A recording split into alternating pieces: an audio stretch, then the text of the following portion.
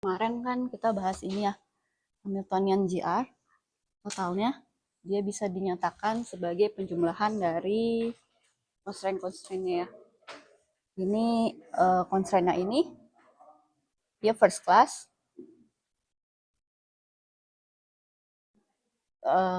primary, dua-duanya first class. Nah, sedangkan constraint yang ini dia itu first class, first class juga dan secondary. Ya, tapi biasanya yang bagian sini karena nggak terlalu menarik secara dinamikal, biasanya orang-orang nggak pernah pakai, jadi kita cuma bahas yang ini doang. Nah, terus, selanjutnya ini kita tahu ini kan Hamiltonian density ya.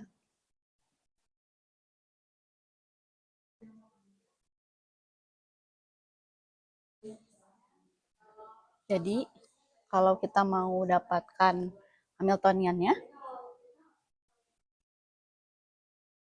itu harus kita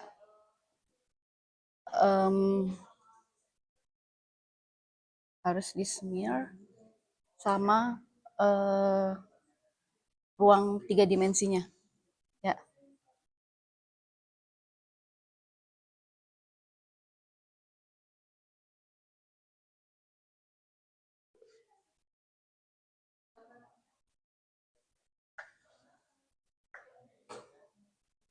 Ya. Kenapa nggak ada suku ininya? Suku determinan metriknya karena metriknya udah masuk ke sini. Ya. Jadi kita bisa ini Hamiltonian total. Terus masing-masing ini diffeomorphism.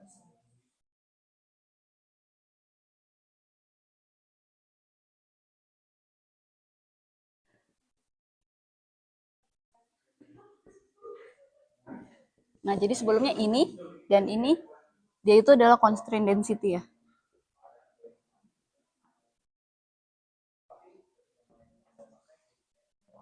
Jadi sekarang kita dapat beneran constraint-nya.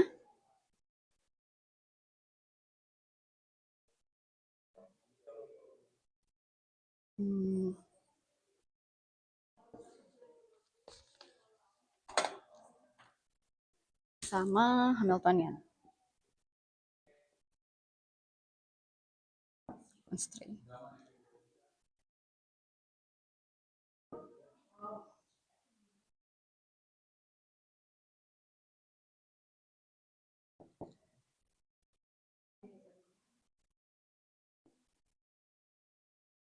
Ya.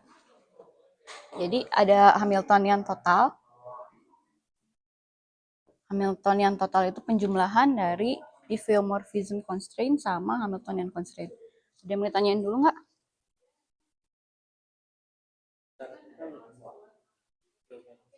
Ya, secara total ya ini for the diffeo.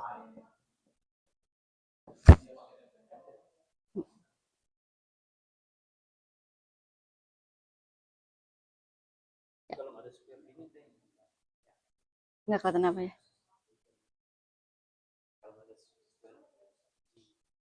Where G di mana, Pak? Oh, si ininya. Ini udah masuk ke sini, Pak. Udah kan pas awal tuh saya L-nya itu akar G R kan. Nah, jadi harusnya kan L-nya itu ada yang nulis R doang, ininya masuk ke volume. Ya. Nah, tapi di awal saya nulisnya gini. Jadi ininya saya ambil. Jadi kita cuma punya ini buat integralinnya. Kalau mau dikeluarin mah bisa aja nih, jadi dikeluarin dari sini jadi minus jadi Q ya akar Q. Udah mau tanyain dulu?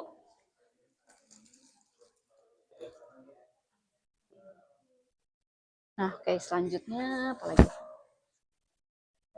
Nah, ini juga sama ya. Dia kan kita udah buktiin mereka close, algebranya close, jadinya kita bisa tulis hubungannya. Nah, ini beda ya. Ini n doang, ini n vektor. N vektor itu kita nulisnya gini.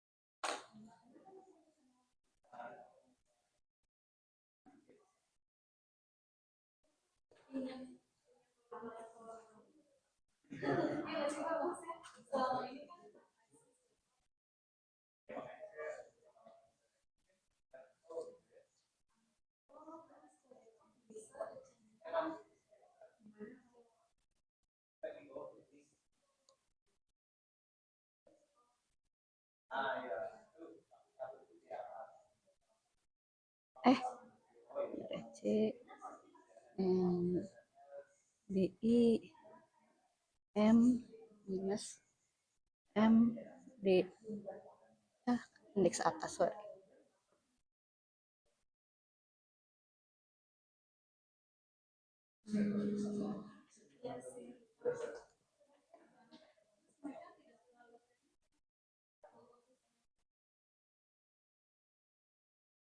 Ya, ada yang mau ditanyain dulu? Ini sama kayak kemarin ya. Jadi maksudnya ini kita punya dua Diveo. Kalau misalnya kita kosong bracket dengan Diveo, dia hasilnya akan jadi Diveo lagi ya. Ya, ini kan vektor ya. Ya kan? Vektor. Betul. Ya, benar. Ini Diveo. Ini Diveo sama Hamiltonian. Dia jadi suku campuran. Ini kayak Diveo juga. Nah, sedangkan ini Hamiltonian sama Hamiltonian dia jadi Diveo. Ini Diveo, ini Diveo Pak. Ini kan dia bisa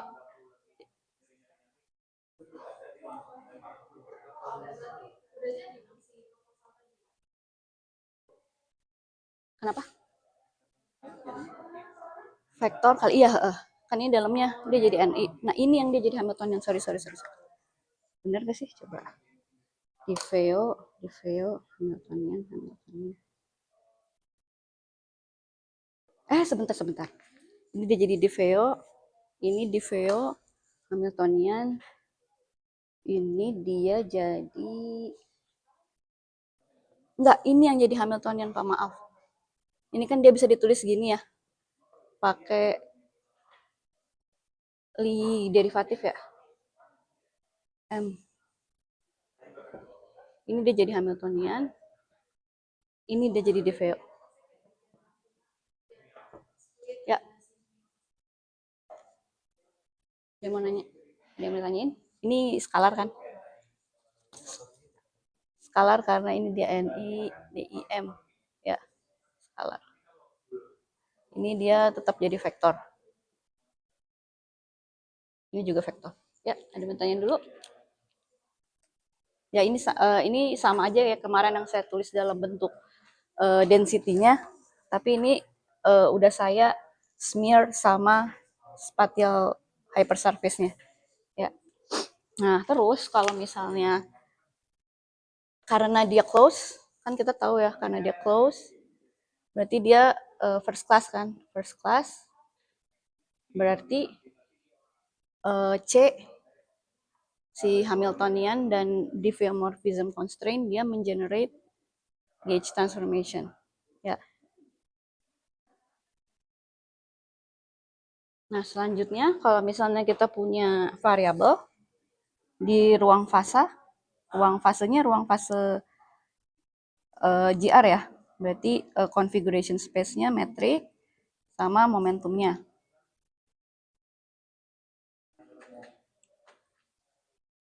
Nah, Kalau kita pengen tahu evolusinya, menurut teori Hamiltonian, kan bisa ditulis gini ya.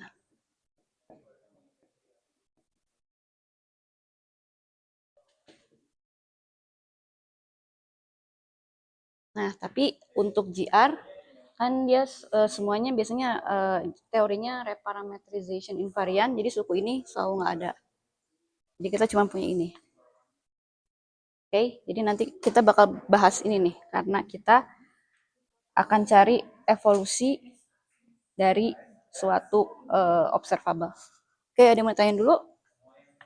Udah ya, kalau nggak ada yang mau ditanyain, berarti epsilon itu parameter yang menggenerate si, ini kan kayak apa namanya Pak?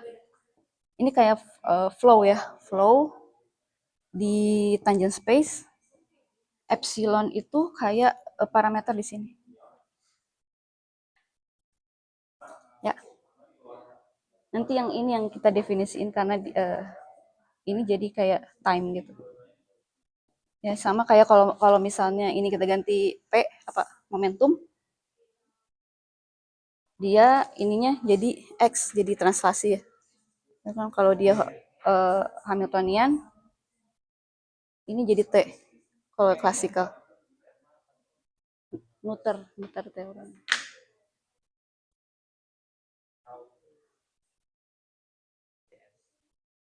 Bukan, ini tuh dari ini nih Pak. Nah kalau misalnya di klasikal mekanik kan gini ya. Ini kan sorry. Ini jadi df per dx, dx per d tau ditambah df per dp, dp per d tau ya. df per d tau. Nah, ini kan dia jadi d Hamiltonian per p ya. Ini dia jadi minus ya, minus dx. Jadi ini tuh nanti bisa ditulis jadi gini, f h. Nah, itu aja maksudnya sih.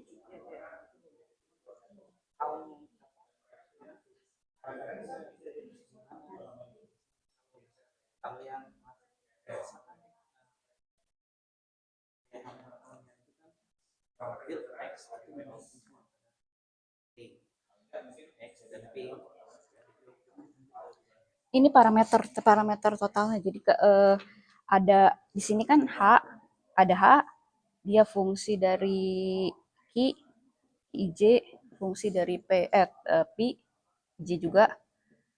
Nah, ini dia fungsi dari koordinat kan. Nah, di sini ini kalau misalnya diambil onshellnya dia jadi bisa, kita mau define curve, berarti kita butuh parameter kan. Nah, ini parameternya.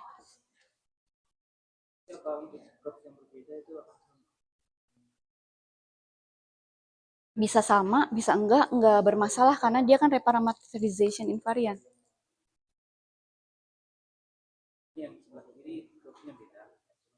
Mana? Ini. Maksudnya? Gimana, Pak? Hamiltonian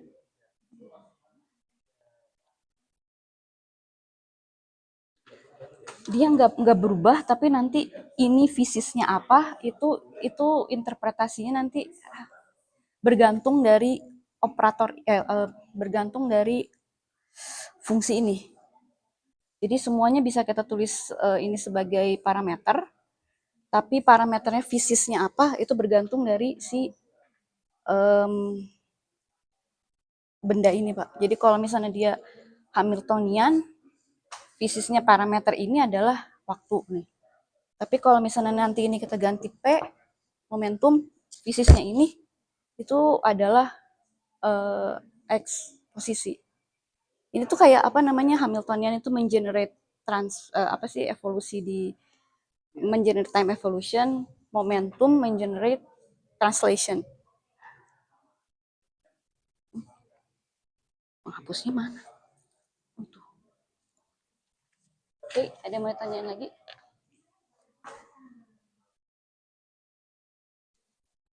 Saya hapus ya.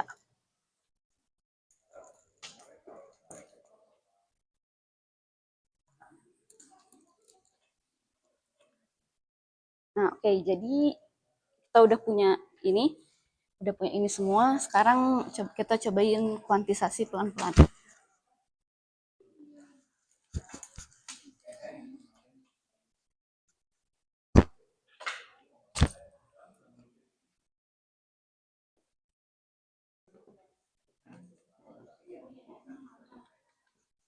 Nah, secara garis besar ya, kuantisasi itu kan step-stepnya yang kita pakai buat mengkuantisasi dari teori klasik ke teori kuantum.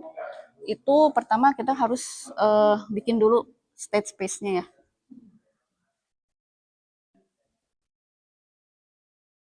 Nah, ini yang biasanya kita tuliskan Hilbert space ya.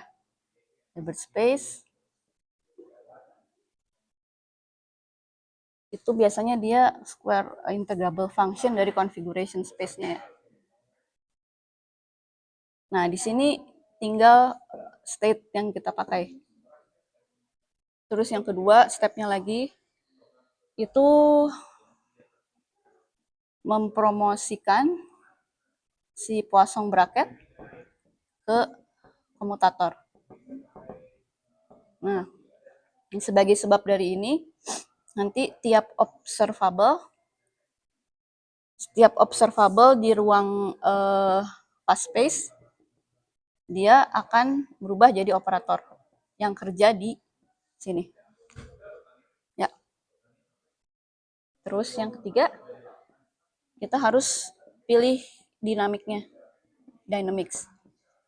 Kalau untuk QM dan mixnya itu kita tentukan dari time evolution yang harus unitary.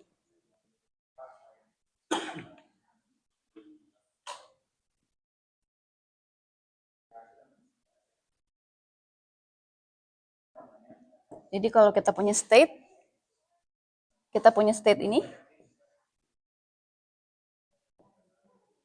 kita dapat state yang lain saat waktunya T itu dengan menggunakan time evolution. Ya, U-nya ini operator evolusi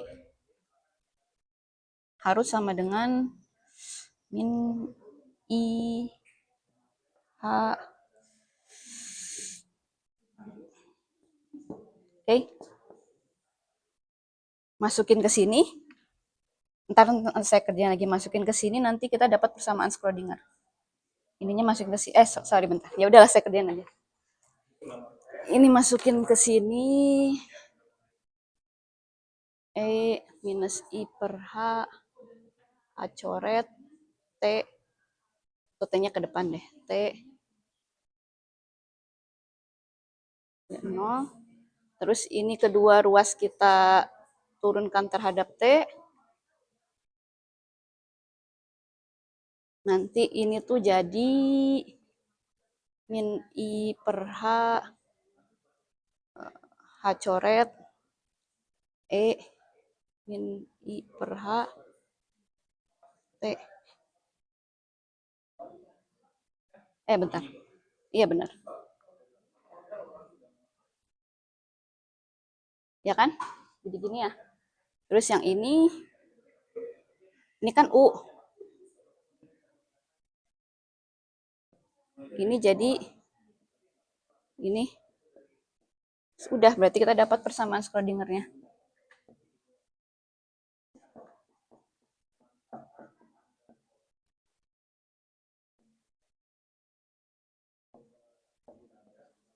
Ya.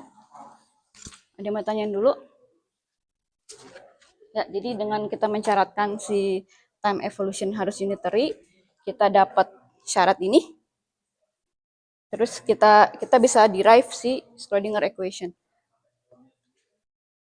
Oke, nah ini diingat ya. Ini kita punya Schrödinger equation. Ini tinggal suku ini pindahin ke sini, jadinya IH. Ya. Nah, sekarang kita mau bentar. Wait. Nah, kita udah dapat aturan mainnya.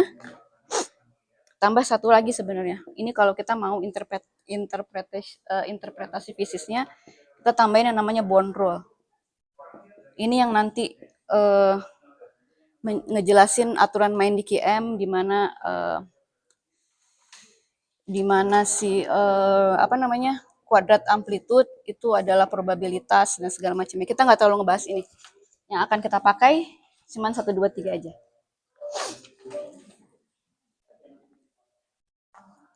Jadi sekarang kita coba kuantisasi pelan-pelan. Start dari nomor 1 dulu.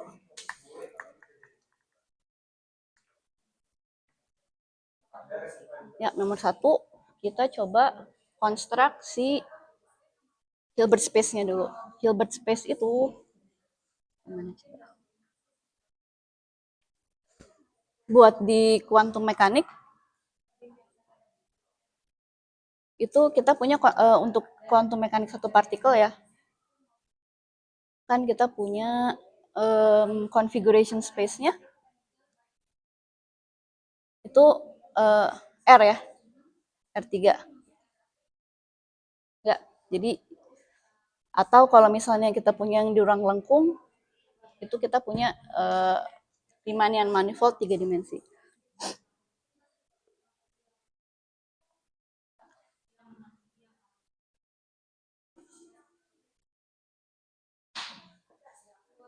Nah, terus kita bisa konstruk yang namanya Hilbert space-nya sebagai ruang fungsi. Ini anggap aja function space. Kalau mau lebih detailnya, function space yang square integrable.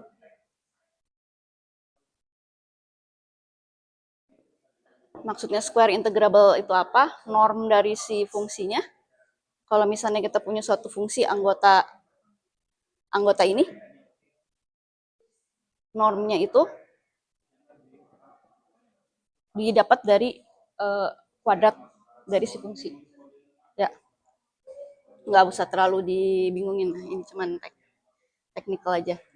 Nah, kita konstruksi function space-nya sebagai fungsi ruang fungsi yang dibangun dari si configuration space. Configuration space untuk QM itu dia R3 ya.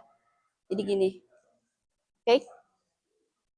Nah, tapi ini dia belum jadi ruang Hilbert. Kenapa? Karena untuk di ruang Hilbert, ingat nggak kalian syaratnya kalau mau dapetin ruang Hilbert di QM, itu syaratnya itu ada satu, dia harus mana dia? Square integrable kan?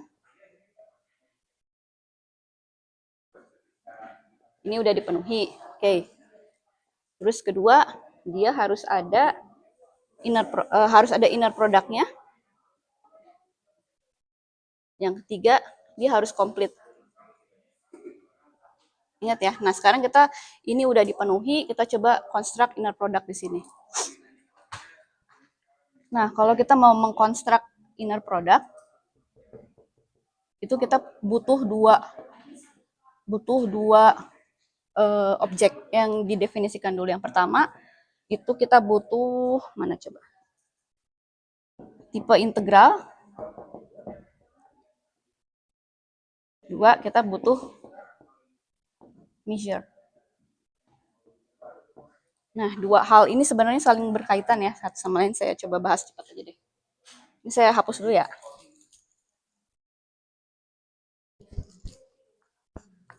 Kalau ada yang mau ditanyain atau kecepatan, kasih tahu aja ya.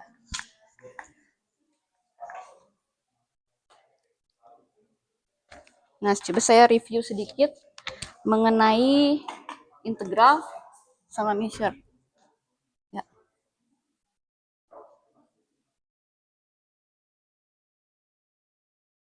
Nah, pertama, measure itu apa sih sebenarnya? Nah, measure itu kan sebenarnya ukuran ya. Jadi, secara matematik yang namanya measure di matematik itu adalah suatu map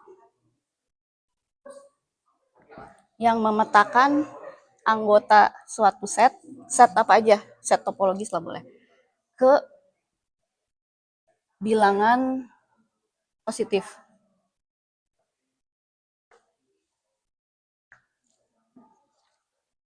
Oke, jadi ceritanya kenapa measure ini penting? Kita punya set nih, set apa aja?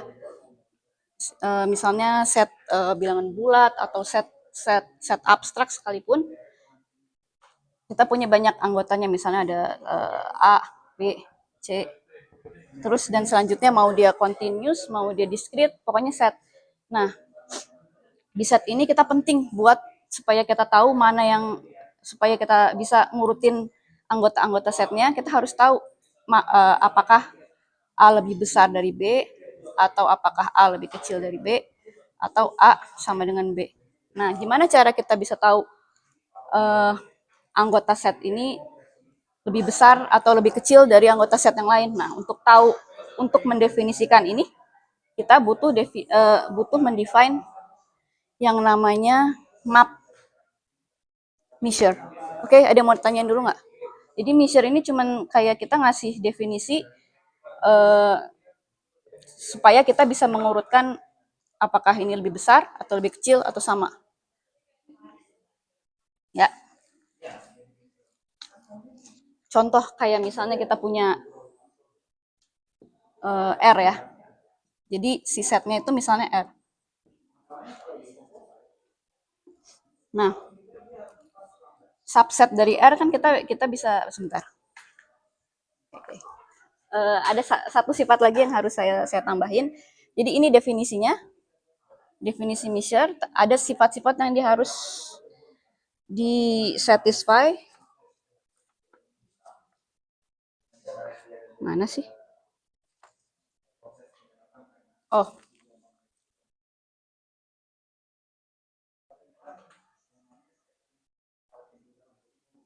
kalau misalnya himpunan kosong, maka mapnya akan memetakan dia ke nilai 0. Tapi kalau misalnya definisinya harus ini, dia memenuhi ini. Selanjutnya dia harus memenuhi yang namanya additive countability.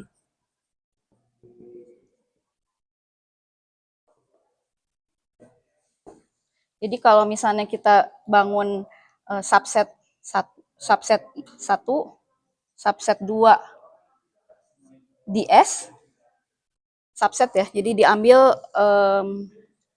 bagian dari si S-nya. Kalau misalnya himpunan union dari S1 S2-nya sama dengan 0, ini berarti dia nggak ada ini. Jadi kalau misalnya ini S1, ini S2. Kalau ini kan ada nih ya, unionnya nggak 0 nih. Ini unionnya 0. Sorry, intersection kok union sih. Ya, sini clear. Nah, sekarang kalau misalnya untuk kasus yang seperti ini,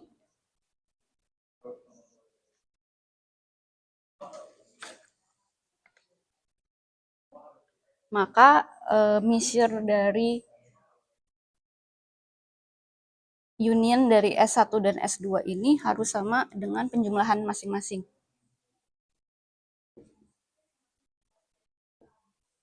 Ya, ada yang mau tanyain dulu? Clear ya, jadi syaratnya tuh cuman mapnya itu adalah pemetaan dari satu set ke bilangan positif yang harus memenuhi ini sama ini. Udah clear ya? Oke, lanjut. Nah, jangan lupa kita sebenarnya lagi mau mengkonstruk inner product. Ini saya hapus dulu, tapi kita nggak pindah sebentar ngomongin measure sama integral. Nah, integral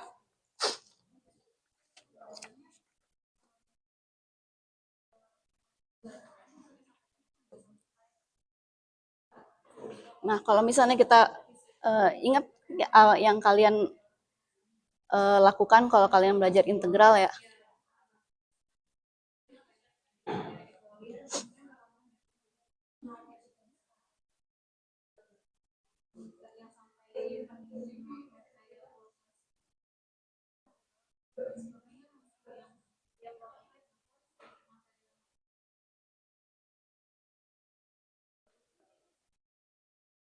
Nah, kalau misalnya kita punya fungsi, kita mau hitung integralnya. Yang kita lakukan di Riemann integral itu kan kita X-nya kita potong-potong kan. Kita potong-potong. Jadi kita punya delta X. Nah, delta X-nya itu apa? Titik sini, X, sebut aja XA, titik sini XB. Ini XB min XA. Nah, saat kita definisikan ini nih, itu sebenarnya kita mendefinisikan measure mu di sepanjang garis X ini. Garis X atau garis R. Ya. Jadi yang kita lakukan saat kita saat kita melakukan integrasi, kita kasih measure di sepanjang garis sumbu X ini. Nah, kalau untuk Riemann integral, ininya fix. Ya, besarnya fix. Terus apa yang kita lakukan kan kita dekati si kurvanya dengan rectangle ya. Rectangle apa sih bahasanya? Persegi. Persegi panjang. Nah, ini kalau misalnya kita ambil limit, kita akan dapat dx. Nah, dx ini yang biasanya kita sebutnya Riemann measure.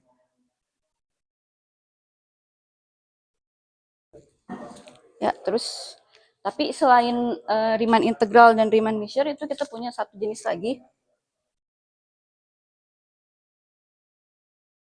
Namanya Lebesgue measure. Ya.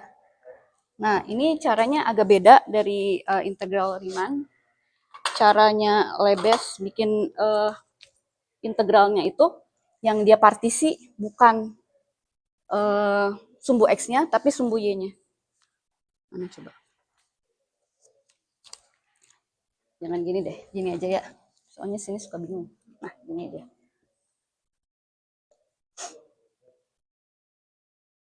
Ya, kalau misalnya Riemann kan Riemann kalau misalnya kurvanya gini, kita cuma butuh kayak gini kan. Dia besarnya sama rectangle-nya. Kalau di Lebesgue yang dia partisi adalah sumbu Y-nya.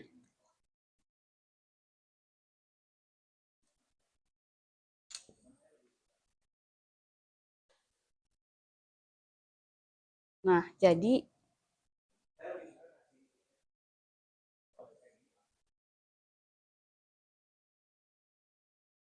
kita lihat kan karena si yang dipartisi adalah sumbu Y-nya, maka besarnya dx di sini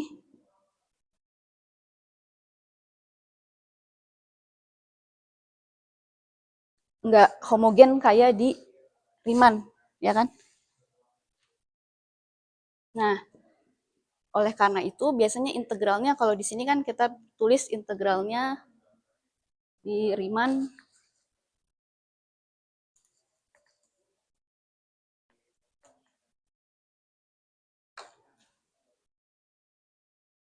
integral itu kan sigma fx dikali fxi kali dxi ya.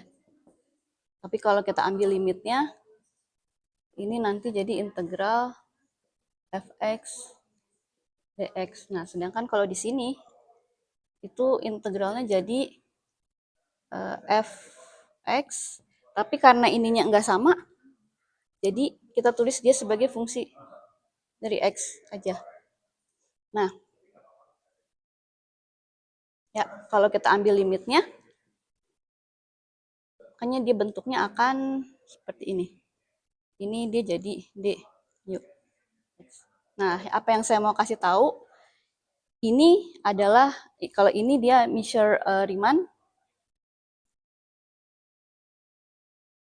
ini Lebesgue measure. Kenapa saya jelasin ini? Karena nanti kita buat bikin Hilbert space-nya, yang kita pakai bukan ini measure-nya, tapi ini. Nah, biasanya ini kalau misalnya kalian ingat, kalau dia di flat space ya, R3, ini sama. Dia akan jadi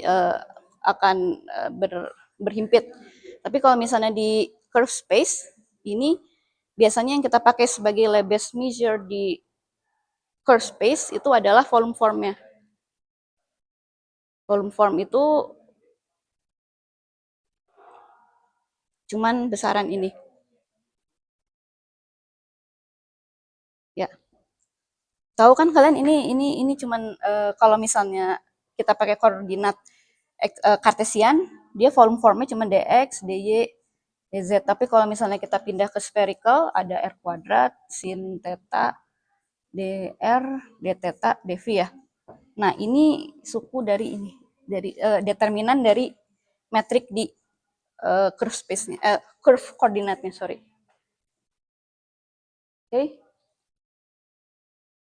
Nah, oke, cukup dulu tentang integral sama measure-nya. Kita balik lagi. Tadi kita lagi ngapain sih? Tadi tuh kita mau mengkonstruk inner product di ruang fungsi kita. Tadi ruang fungsinya kan ini ya,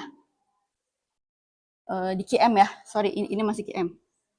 Ruang fungsinya ini, kita mau tambahin inner product supaya dia jadi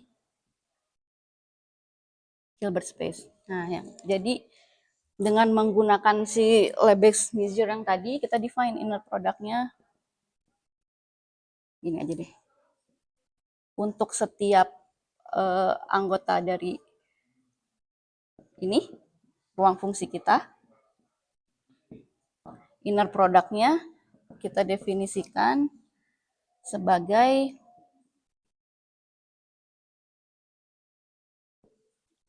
integral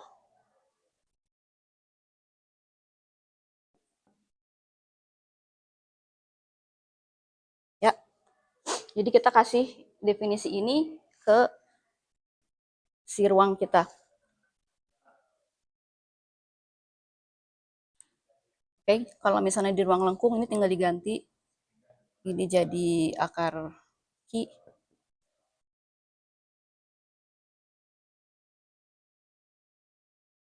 Ya. Nah, jadi sekarang kita di Hilbert space, di ruang ini, di ruang fungsi ini, kita udah punya, dia udah square integrable, udah ada inner product-nya. Kalau kita kasih completeness itu cuman ini kalau kalian ingat ya, ini harus sama dengan I kan. Di QM kan kalian ada relasi ini kan. Kalau kita impose relasi ini ke space ini yang square integrable, udah ada inner product dan ada ini, otomatis kita dapat Hilbert space. Jadi si ruang ini tadi dengan properti ada inner product dan completeness, pakai ini Lebesgue measure, kita sebut aja dmu ya. Ini R3 di sini. Nah, inilah Hilbert space yang kita pakai di quantum mechanics. Oke, ada yang mau tanya dulu?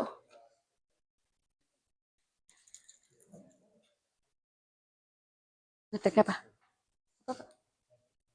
Metriknya? Kalau di mana? Lebesgue.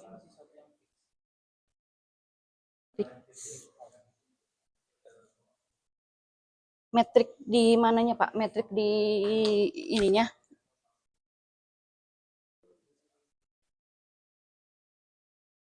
Kan kalau misalnya kita punya space 3 dimensi, kita bisa definisin metriknya kan, metriknya. Terus dari sini kan kita bisa cari volume form.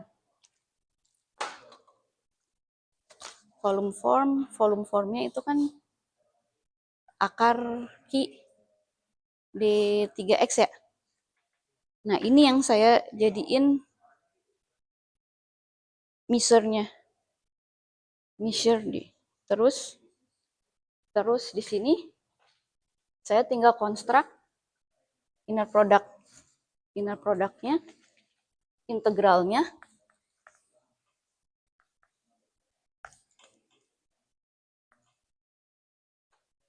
Measure yang dipakai di integralnya ini, yang tadi.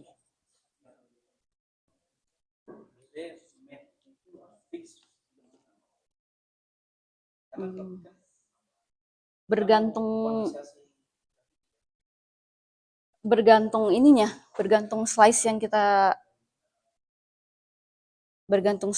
kita pakai buat men-slice si M. Kan ini gini ya.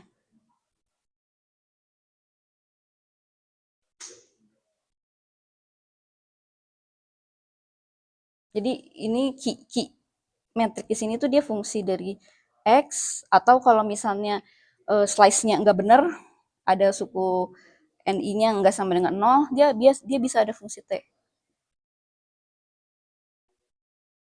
Ya. Jadi kalau misalnya maksud Bapak nggak fix terhadap apa gitu? Apakah terhadap T? Ya bergantung, kalau misalnya slice-nya nggak benar, slice ADM-nya nggak benar, NI-nya tidak sama dengan 0, iya dia fungsi terhadap T. Benar nggak?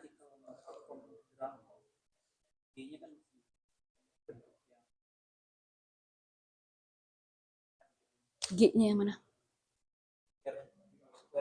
Ini. Ini. Iya Pak, kalau misalnya kan ini saya masih ngomongin QM. QM itu kan backgroundnya fix semuanya. Kita ambil si ininya fix, bisa sama dengan R3, iya fix. Tapi kalau nanti GR kan ininya nggak fix ya, dynamic. Nah iya nanti beda Pak. Makanya salah satu masalah di quantum gravity itu karena si key-nya itu dynamic. Nanti coba kita lihat. Oke.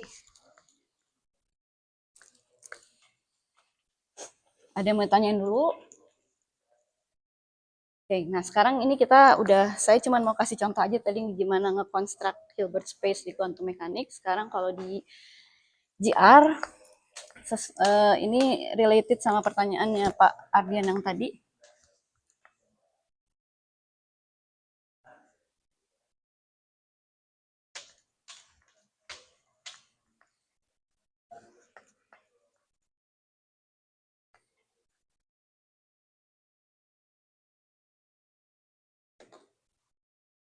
Nah, sebelumnya cepat aja ya.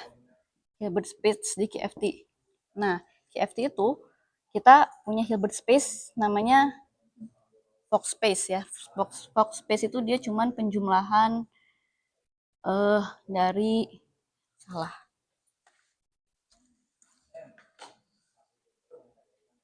Kenapa saya nyebut KFT? Karena di sini kalau di QM itu kan sistemnya itu n partikel. Kalau di KFT dia sistemnya field. Ya, jadi di QM itu kita bisa punya yang tadi saya bahas, Hilbert space satu partikel itu dia cukup H aja. 2 partikel itu H kali H. Terus sampai N partikel dia H kali H. Ya, ini ada N banyaknya. Ini H kuadrat, ini HN. Oke. Nah, tapi di quantum mekanik itu kita nggak bisa state-nya nggak bisa loncat-loncat dari satu partikel ke dua atau ke N.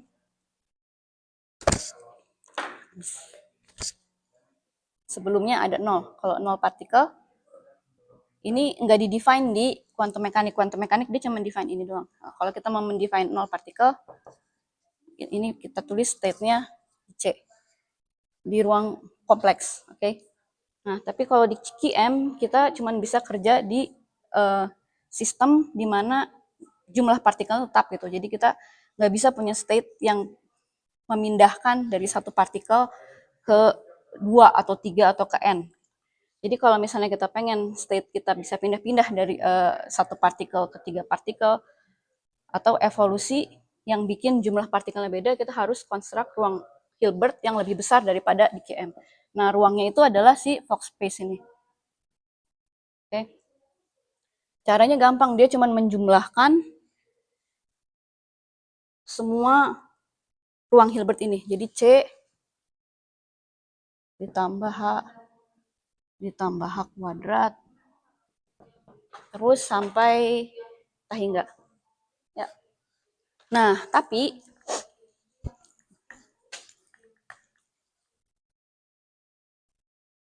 Kita lihat, ini saya sebenarnya mau bahas separability sama countable, tapi kayaknya nggak usah dulu deh.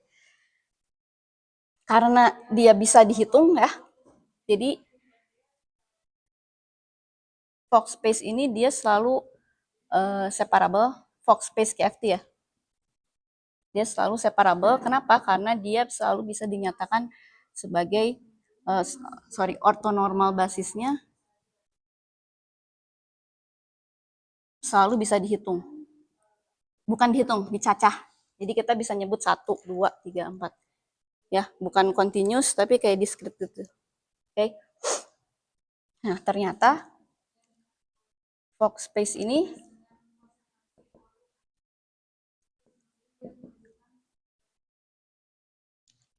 bisa juga dinyatakan sebagai ruang fungsi dari field-nya itu sendiri.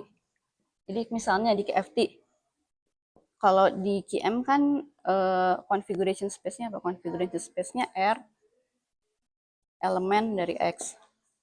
X-nya tinggal di R. Nah, kalau di KFT yang jadi configuration space itu adalah field-nya kan. Jadi configuration space-nya adalah ruang di mana si field-nya hidup. Ya. Nah, dia ternyata bisa ditunjukkan kalau Fox space yang kita bangun dari penjumlahan Hilbert space ini sama dengan ini, dengan measure yang biasa kita pakai di KFT. Ini Gaussian measure, itu dia sebenarnya cuman sebenarnya dia Lebesgue measure juga.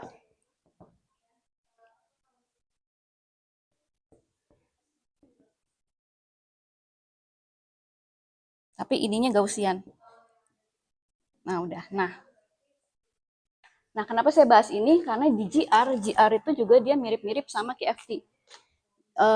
Sistem di GR itu bukan partikel configuration space-nya, tapi untuk GR objeknya itu metrik kan, metrik 3. Metrik di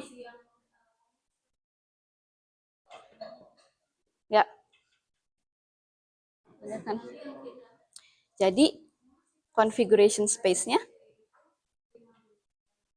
adalah semua space dari metrik di hypersurface kita. Nah, ini biasanya ruang ini kita sebutnya rim. Ya. Ruang seluruh metrik riman di 3D hypersurface kita. Jadi kalau kita mau construct Hilbert space, kan pertama kita harus punya, dia harus square integrable kan. Jadi pertama kita construct dulu si ruang fungsinya. Ruang fungsinya ini L kuadrat dari config space-nya. Berarti ini adalah untuk GR. Ini kan rim. Oke, sampai sini clear? Clear? Oke, Pak. Oke, saya lanjut lagi ya. Nah, kita udah punya square integrable space-nya. Nah, tapi nanti di sini ada masalah. Kalau di sini di KFT Fox space-nya ini basisnya countable, jadi dia separable. Di sini ini saya nggak bahas karena terlalu teknikal.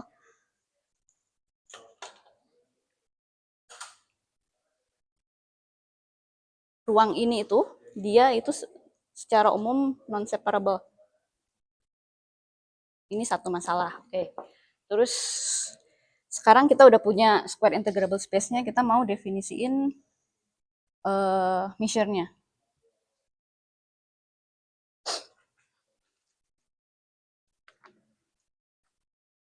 Ini mana ya? Oh, nggak ada sih. Tuh.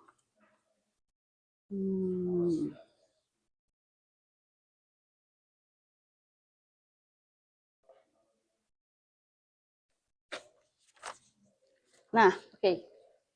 Saat kita mau construct measure, itu kan kita harus consider si ininya ya, space ini. Rim. Nah, masalahnya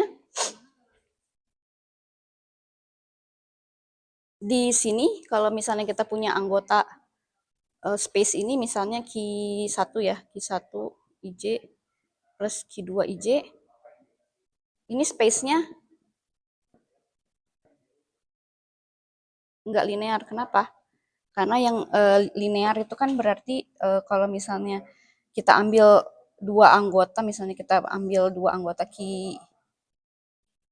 IJ ditambah B Q IJ juga, ini dimana Q1 Q2 anggota sini dia harus suku ini harus elemen dari si rim kan. Nah, tapi ini secara ini nggak berlaku. Jadi kalau misalnya kita ambil dua anggota dari ruang fungsi ini, kita jumlahkan, dia bisa jadi outside dari si riman ini. Ini masalah lagi. Masalah 2. Oke. Nah, plus masalah ketiga, enggak semua, sebentar, gimana cara ngomongnya? Ruang ini, ruang fungsi yang dibangun dari hypersurface ini dia banyak redundantnya. Jadi bisa jadi dua metrik yang berbeda di ruang ini, tapi dia mendeskripsikan sigma yang sama. Oleh karena itu, yang bagian fisis dari ruang ini itu adalah ruang ini di modulo sama diffeomorphism di sini. Ya, jadi udah ada 3 masalah nih. Sedangkan ini nanti gara-gara dia space physical dari Riemann ini, dia not connected. Jadi, nah karena ada 3 masalah ini. Pertama dia non separable, terus yang kedua dia tidak linear, terus dia non connected. Jadi kita nggak tahu apakah ada measure di ruang ini. Karena kita nggak tahu ada measure apakah ada measure, ada Lebesgue measure di ruang ini, karena nggak ada measure kita nggak bisa construct integral yang konsisten di setiap subspace di space ini. Oleh karena itu kita nggak bisa construct yang namanya inner productnya. Oke, nah jadi karena kita nggak bisa construct inner product di ruang ini, mana ruangnya tadi? Nih,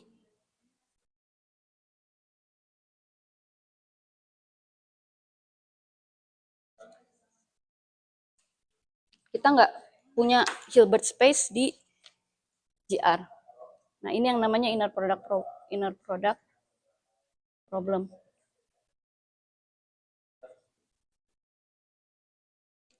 Ada yang mau tanyain dulu?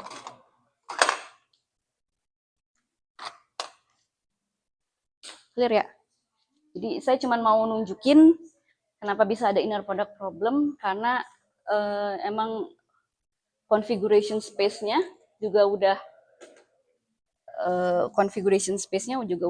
banyak masalahnya gitu. Configuration space-nya masalah, ruang square integrable-nya, ruang fungsinya juga udah banyak masalahnya. Jadi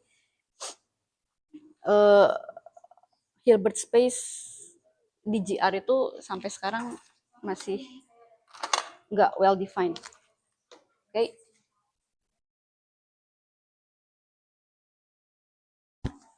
Oke, udah ya, 1. Berarti ada yang mau tanya dulu nggak? Oke, kita lanjut.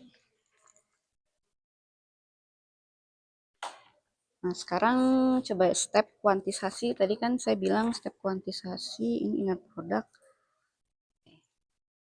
Ingat ya, tadi step kuantisasi apa aja sih? Tadi kan construct Hilbert space. Ini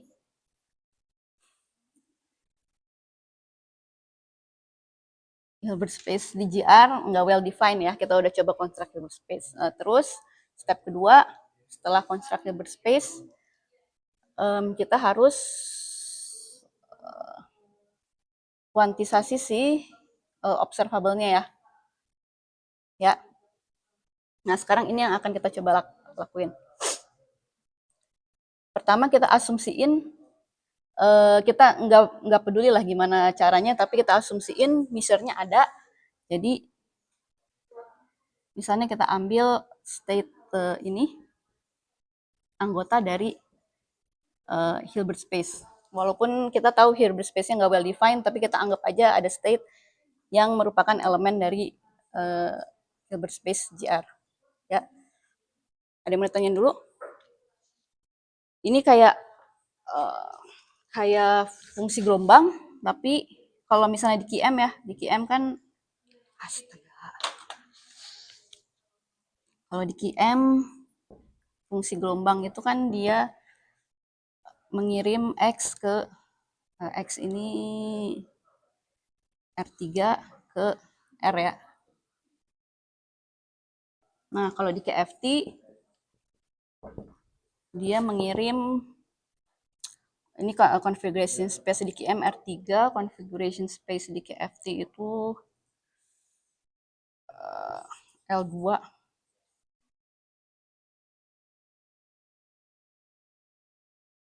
L2 R3 ya. Nah, ke R. Ya.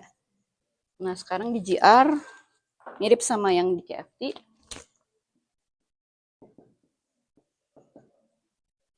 Ini L2.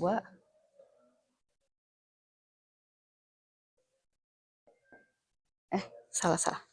Kan. Ngirim.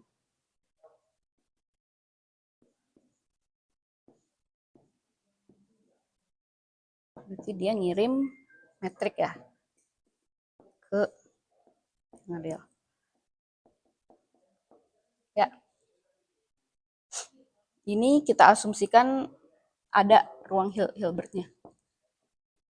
Ya, ada yang mau tanya dulu? Enggak ya?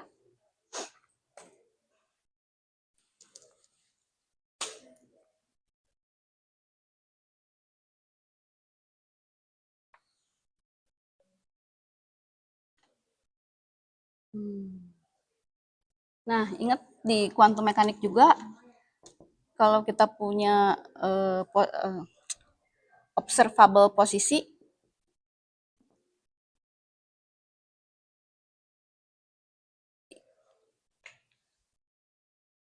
ini harus kita promote ke operator posisi kan, dimana operator posisi kalau dia bekerja terhadap wave function, dia kayak bekerja kayak multiplication aja. Nah, terus selanjutnya kalau kita punya momentum, ini kita promote jadi operator momentum, dia kerja sebagai ini kan turunan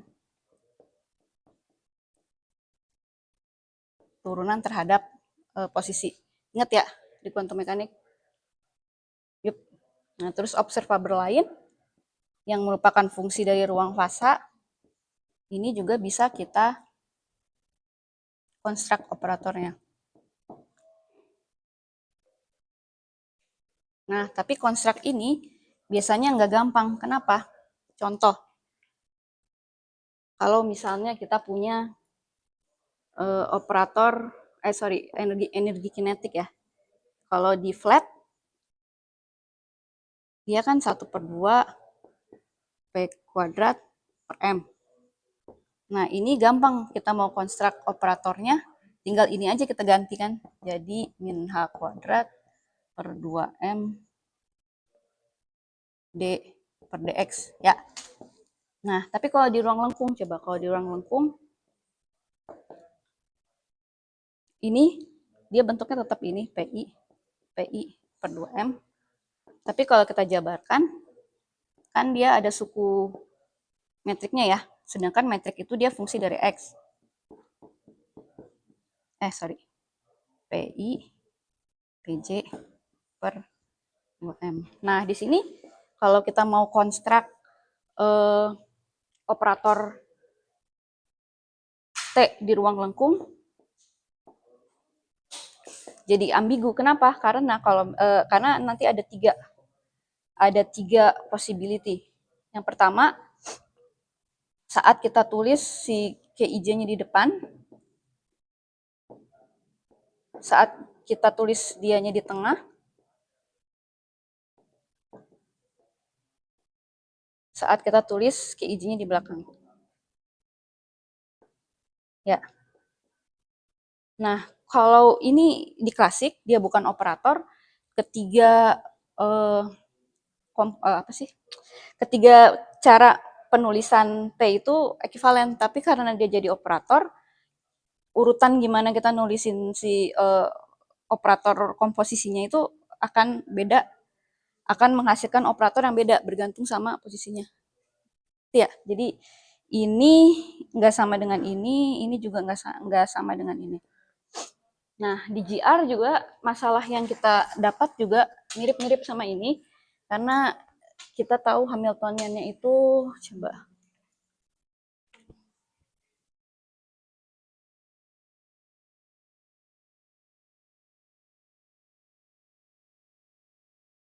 GR mana sih? Coba. Ini inner product. Ya. Nah, di GR configuration space-nya kan metrik ya. Ini metriknya kita promote jadi operator metrik. Kalau misalkan kita asumsiin kita punya state ini, kita kerjain di state yang besar, ini dia harus kerja seperti multiplication operator. Nah, terus kita punya momentum dari ini, momentum dari metrik. Ini kita promote juga sebagai operator. Nah, dia kerja terhadap wave function GR-nya, bentuknya kayak gini. Ini bawah. Oke, mirip-mirip sama ini kok. Ya, lihat kan kalian analoginya ya. Nah, selanjutnya kita mau konstruk ke operatornya nih. Operatornya kita punya Hamiltonian total, coba. Mana sih Hamiltoniannya? Ini, Hamiltonian density itu sama dengan akar Q 3R Ricci scalar, dia hanya fungsi dari Q. Hanya fungsi dari Q ditambah 1 per akar Q PIJ min 1/2 PIJ.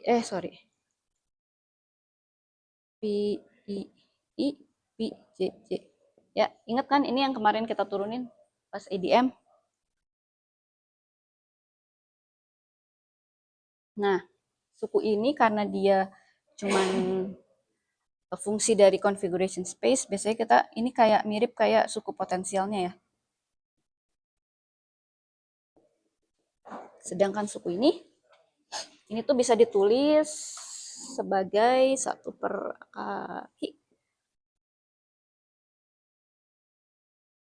1/2-nya keluarin,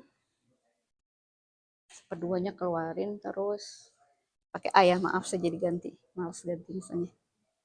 QA, QBD plus QAD ya, ya benar, QBC minus QAB, QCD, ini males nulisnya lagi, dikali Ini dikali ya guys, sorry. Pi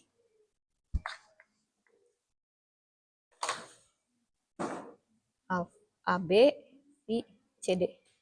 Ya, jadi ini bisa ditulis bentuknya kayak gini. Dan ini kita tulis sebagai G A B C D. Jadi pada akhirnya nanti kita bisa tulis H-nya itu sebagai mana 1/2 G A B C D Pi A B Pi C D ditambah potensial. Nah, kita bisa lihat ini kan ini ya, apa namanya? Momentum kuadrat setengah dikali sesuatu. Nah, ini tuh jadi kayak metriknya gitu. Metrik yang kerja di ruang ini. Ya. Bagian ini kan ini jadi kayak mirip kayak bagian potensialnya gitu kan. Ya. Nah, metrik ini yang disebut dengan supermetrik. Dan ini Hamiltonian GR bisa ditulis jadi kayak punya bagian kinetik ditambah bagian potensialnya. Bagian potensialnya itu cuma ini. Dan ini nah dan Hamiltonian ini nanti yang mau kita konstruk jadi operator.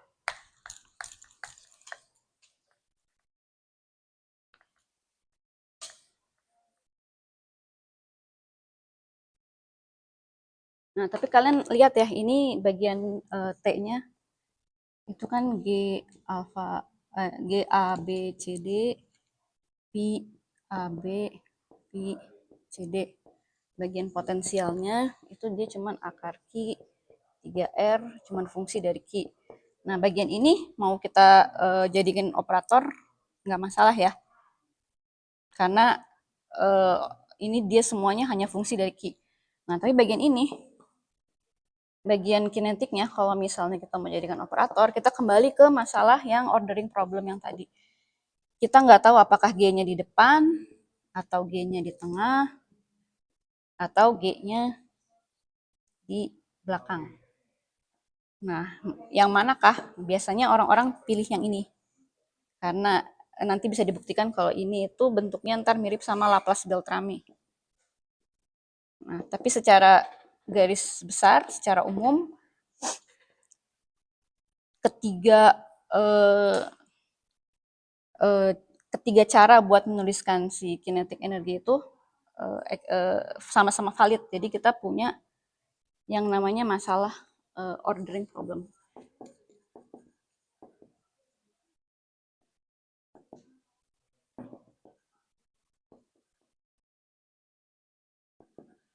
Ya. Oke, ada yang mau tanya dulu? Ya.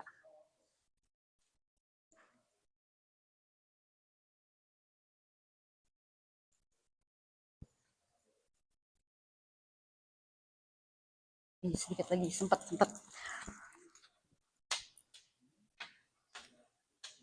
Nah, jadi selanjutnya kita udah coba step kuantisasinya udah mempromote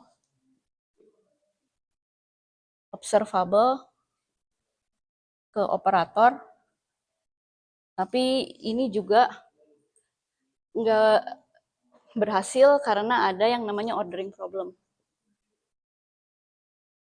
Kalau sebelumnya saat kita mencoba konstruk Hilbert space-nya, ini nggak berhasil karena ada inner product problem.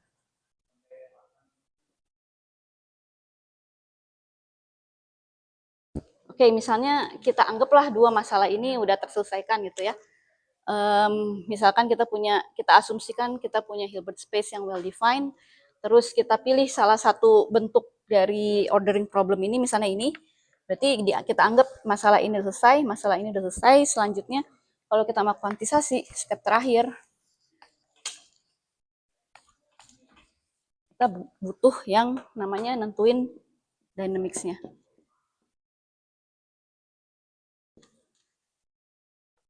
Nah, dynamics di GR gimana? Kembali lagi, di QM, tadi udah saya tunjukin kalau di QM itu kita punya persamaan Schrödinger kan. Persamaan Schrödingernya itu IH, D, DT, gamma, H, gamma. Ya, terus saya tulisnya gini deh, dibalik. Hamiltonian itu sama dengan IH D per DT gamma. Oke, nah tapi di GR kita lihat di GR tadi kalau misalnya kita udah berhasil, oke. Nah, misalkan kita udah pilih cara penulisan T yang bentuknya tadi apa sih namanya G, gimana metrik supermetriknya kita taruh di tengah ya, berarti kita dapat nih operatornya. Berarti kita harusnya udah dapat Hamiltonian operatornya ya. Oke. Nah, kita udah dapat Hamiltonian operatornya. Berarti harusnya kita bisa tulis H Hamiltonian operator di GR ini sama dengan T yang tadi yang kita udah pilih orderingnya yang nomor 2 tambah V dikali wave function GR. Wave function GR-nya itu kita asumsikan kita dapat dari sini. Dengan mengasumsikan Hilbert space-nya udah well defined. Nah, tapi kita nggak bisa punya persamaannya akan beda banget dari Schrödinger karena Hamiltonian di GR itu on shell dia harus sama dengan 0. Ya. Nah, ini artinya apa? Coba kita lihat.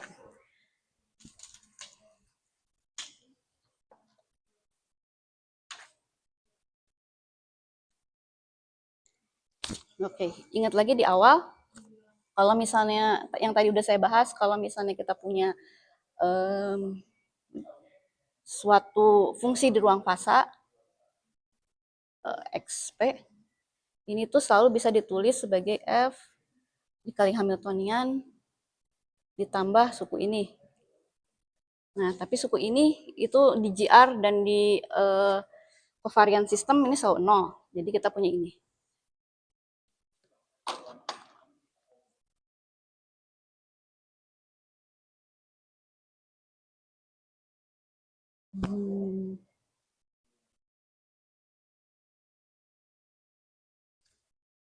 Oke.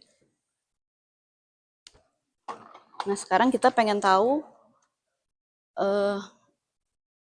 untuk F-nya.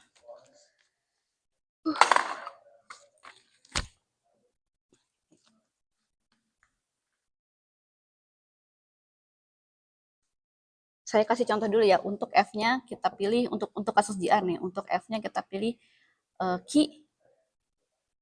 dan momentumnya. Q aja lah biar nggak ribet.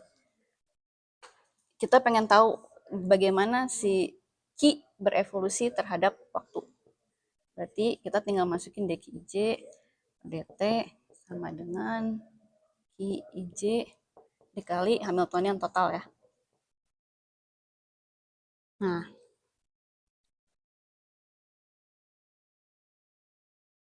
tapi Hamiltonian total itu kan kita tahu ya. Ya, atau saya kerjain satu-satu dulu deh. Nggak apa-apa deh. Sama. Qij sama dengan, ini C N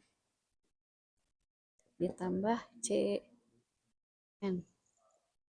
Ya, kan di GR Hamiltonian totalnya sama dengan penjumlahan constraint di VO sama constraint Hamiltonian. Nah, nanti kalau kita turunin, nah, ini saya seenaknya ini sebenarnya nulis T. Sebenarnya dia parameter ya, kayak yang tadi kita bahas sama Pak Ardian. Dia parameter. Jadi nggak harus T. T itu di sini. Ya, ini adalah parameter. Bisa T, bisa tau, tapi saya tulis epsilon aja. Ada yang mau ditanya dulu? Enggak, oke. Kita kerjain satu-satu ya. Ini Nggak ada titiknya. Sama di VEO dulu. Kalau misalnya dia dikerjain sama di VEO, dia akan dapat hasilnya ini. Saya langsung tulis aja ya. Nah, ini adalah Lie derivatif. Atau kalau misalnya mau ditulis, berarti jadinya gini. NK DK G IJ ditambah Ki IJ ditambah Ki IK DJNK ditambah Ki JK DINK. Ya. Jadi kalau metrik, trimetrik di evolusiin sepanjang flow di VEO, dia akan berubah seperti ini. Nah, selanjutnya IJ kalau misalnya kita evolusiin sepanjang flow yang digenerate sama Hamiltonian constraint,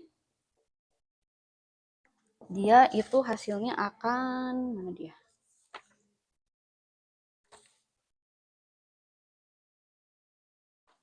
Ini 2N KIJ. Nah, kalau kalian ingat KIJ ini apa? Ingat yang di pas kuliah ADM curvature kemarin? ADM split.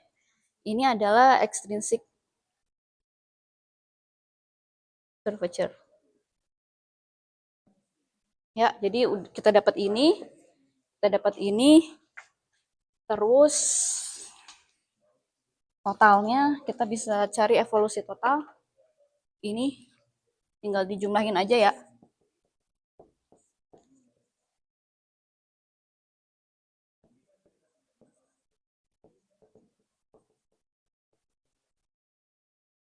Ini sama dengan mana sih hasilnya? Ini langsung saya tulis aja ya hasilnya ya. Udah tinggal dimasuk-masukin kok.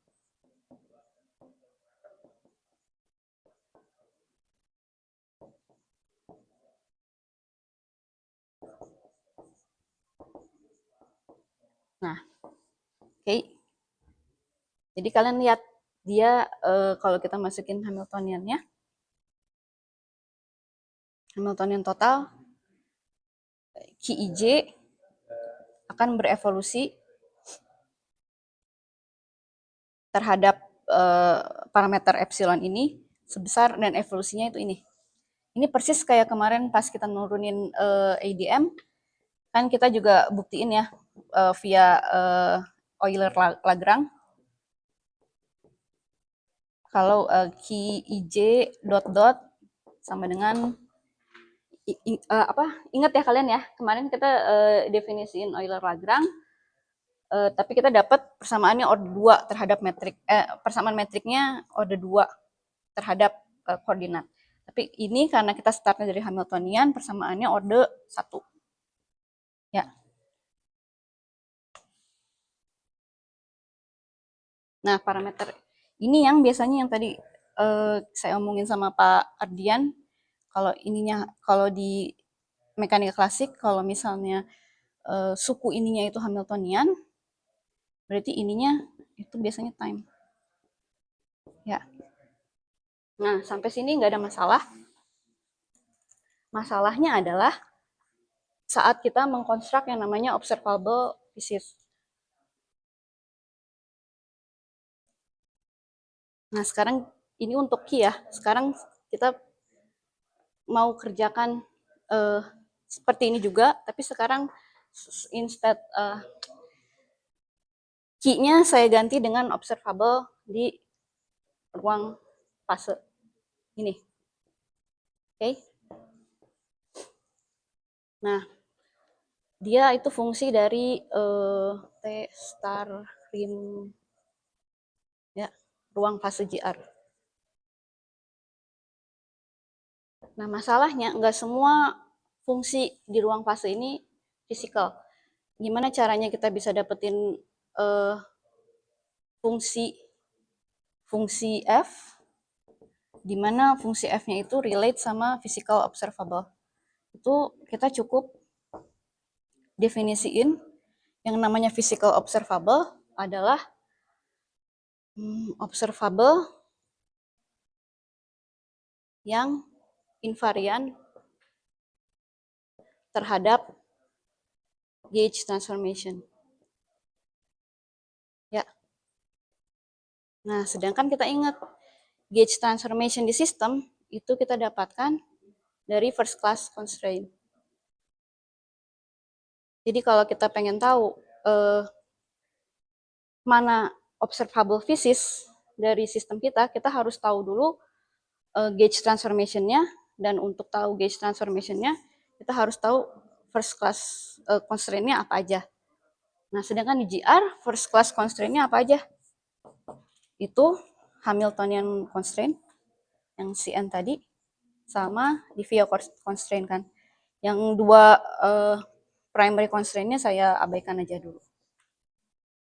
Oke, jadi gauge transformation di GR itu Hamiltonian ini, Hamiltonian constraint, dan Diffie.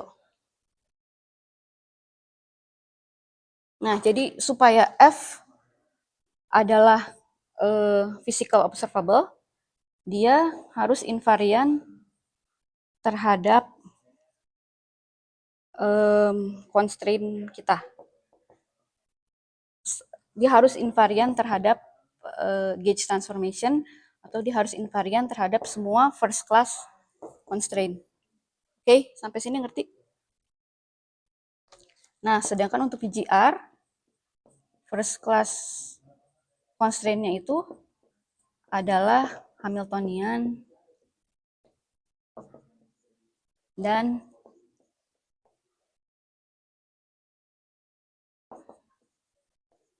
Diffie. Oke. Nah, jadi ini syarat yang harus dipenuhi supaya F-nya physical.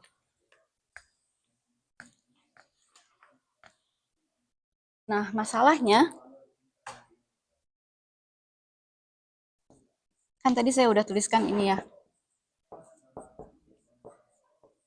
Kalau kita pengen tahu evolusi dari suatu observable, kita harus cari Poisson bracket-nya terhadap Hamiltonian total. Nah, tapi masalahnya Hamiltonian total kita adalah penjumlahan dari constraint. Penjumlahan dari first class constraint. Nah, jadi kalau kita pengen observable-nya physis, ini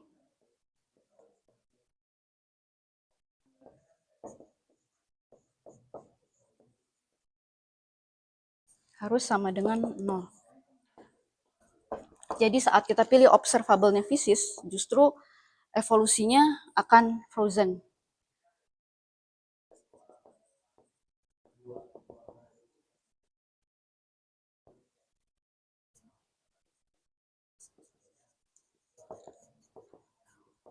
Oke, nah ini yang kita sebut dengan problem of time.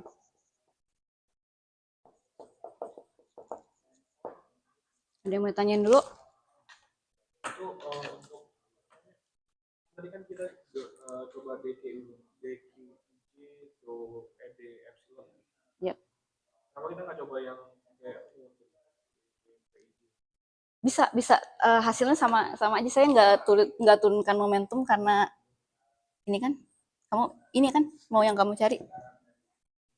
Bisa nanti hasilnya saya nggak tahu hasilnya, tapi ini nggak sama dengan 0 juga. Kenapa dia nggak sama dengan 0? Karena kita tahu QIJ dan VIJ itu bukan observable physis. Jadi kita nggak akan pernah bisa measure ini karena dia nggak physis. Dia nggak invarian terhadap gauge transformation. Ya. Jadi justru saat kita pilih si F-nya itu physical observable, saat kita evolusikan terhadap Hamiltonian total, karena Hamiltonian totalnya itu penjumlahan dari first class constraint yang menggenerate gauge transformation, maka evolusi dari physical observable-nya akan 0. Semua physical observable loh. Kan itu weird banget kan jadinya. Secara fisikal kita tahu kalau evolusi itu ada, tapi dari formulasi GR ini semua evolusi physical observable-nya kayak frozen gitu. Jadi ini yang disebut dengan problem of time. Masalahnya sumber masalahnya itu ada mungkin disebabkan karena satu, kita salah definisiin kita nggak tepat dalam mendefinisikan yang namanya time evolution. Di sini kan karena ini Hamiltonian, maka kalau menurut classical mechanics kan harusnya ini time ya. Nah, di sini mungkin kita nggak tepat mendefinisikan kalau time itu adalah si parameter yang di-generate oleh si Hamiltonian total. Atau kedua, potensi masalah lagi mungkin karena kita definisi physical observable-nya terlalu strict.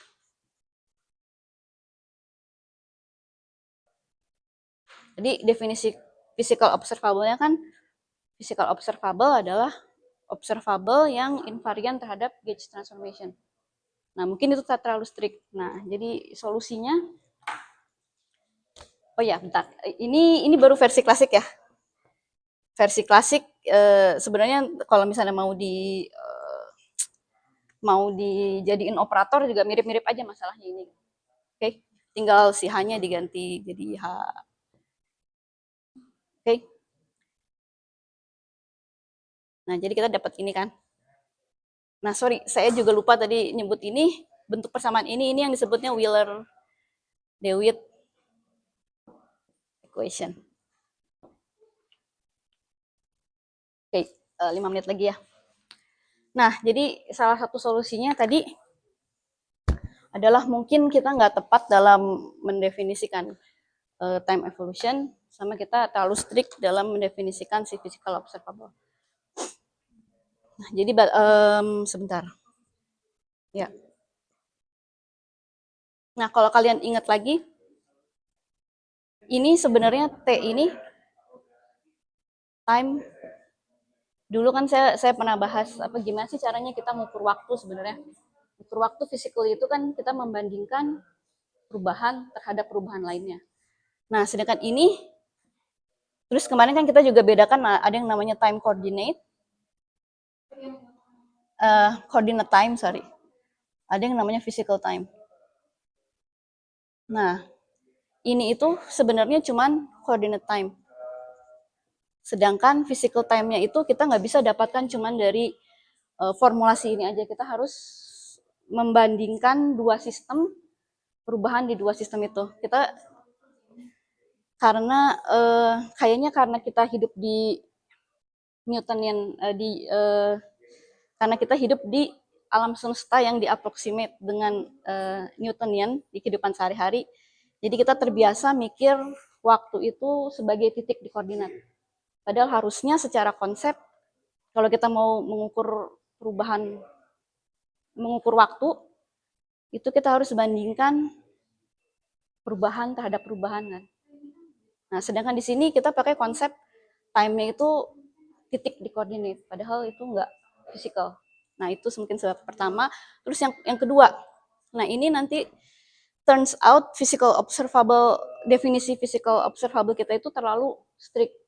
Jadi nanti di sini kita di-redefine lagi apa yang dimaksud dengan observable physics, itu pakai partial observable.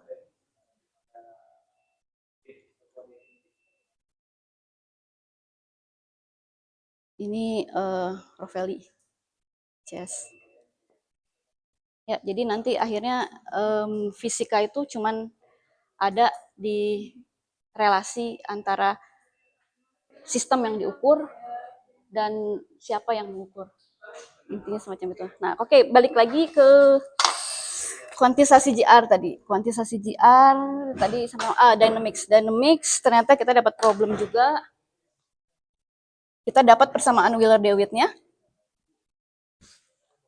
Oke. Relasi F sama PJ itu apa? F. Itu bentuk eksklusif. Intinya tuh kalau seandainya F-nya itu harus mengusung independen dari C sama DJ, terus dikerjain terhadap kebutuhan yang total kan berarti hasilnya nggak bakal nol. Sebentar, coba kita lihat F.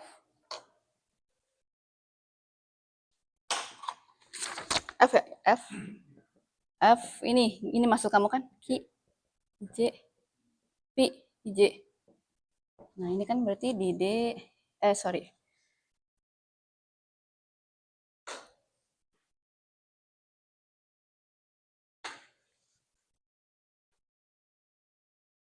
Ini ya. Ya, dibikin kayak tadi ya kalau nggak salah ya.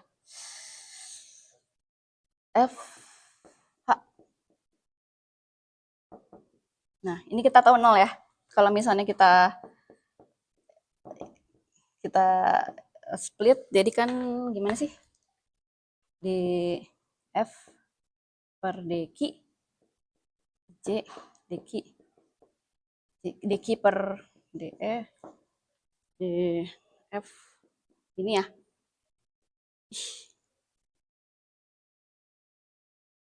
Ini 0. Gimana maksudnya? Kalau seandainya F-nya itu dipecah gitu. Ini pecah kan? Yang di itu apa? Ini Di operator. Di operator itu. ini. Itu kan F-nya itu fungsi QJ sama PJ kan? Iya, benar. Nah, kalau seandainya itu dipecah jadi QJ sama PJ aja, Untuk apa gitu kita pecah dia jadi dipecah jadi Q. Nah, jadinya iya benar, nanti jadinya nggak general, dan mau gimana pun kamu pecah juga kalau dibalikin ke sini, ini constraint ini harus berlaku gitu. Jadi kalau misalnya kamu pecah, terus kamu dapatkan dia yang bagian Q-nya aja tidak 0, bagian P-nya aja tidak 0, tetap aja setelah kamu jumlahkan dia akan memenuhi ini.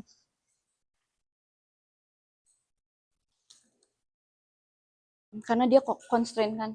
Kalau misalnya dia nggak sama dengan 0, iya mungkin bisa, tapi solusi kamu nggak fisis, karena kan untuk fisis, ingat nggak yang kita ambil ada ruang fase besar, ada physical fast space. Jadi untuk daerah-daerah di sini yang dia tidak memenuhi constraint itu, iya nanti dia ada evolusinya. Tapi saat kamu restrict supaya dia physical, dia akan 0. Oke, jadi itu sampai mana? Oh, balik lagi. Kita udah dapat Wheeler-DeWitt equation.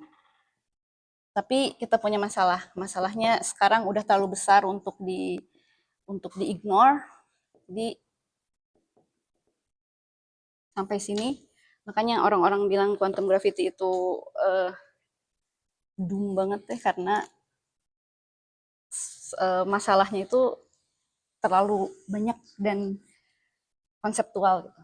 Oke, jadi kita udah kuantisasi nih ya, saya udah tunjukin cara kita mengkuantisasi GR pakai cara QM.